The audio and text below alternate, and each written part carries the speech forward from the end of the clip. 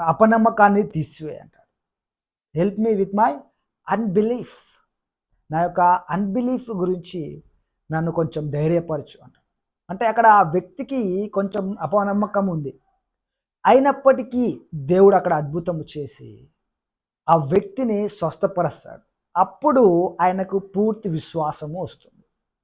అంటే ఇప్పుడు దాకా ఇంతవరకు మనం ఏం చూసామంటే విశ్వాసము ద్వారా మీకు ఆవగింజంత విశ్వాసం ఉంటే ఈ కొండను వెళ్ళి సముద్రంలో పడమంటే అది పడుచుంది. అంటే ఇక్కడ విశ్వాసము ద్వారా మనము క్రియలు చూడడము, అద్భుతాలు జరగడం మనం చూస్తున్నాం. కానీ ఇప్పుడు దేవుడు ఈరోజు ప్రత్యేకంగా దేవుడు మనతో దేని గురించి మాట్లాడుతున్నాడంటే అద్భుతము ద్వారా. ఒక అద్భుతము మీ జీవితంలో జరిగినప్పుడు మీ విశ్వాసము పెరుగుతుంది. మీకు లేని విశ్వాసాన్ని కూడా మీరు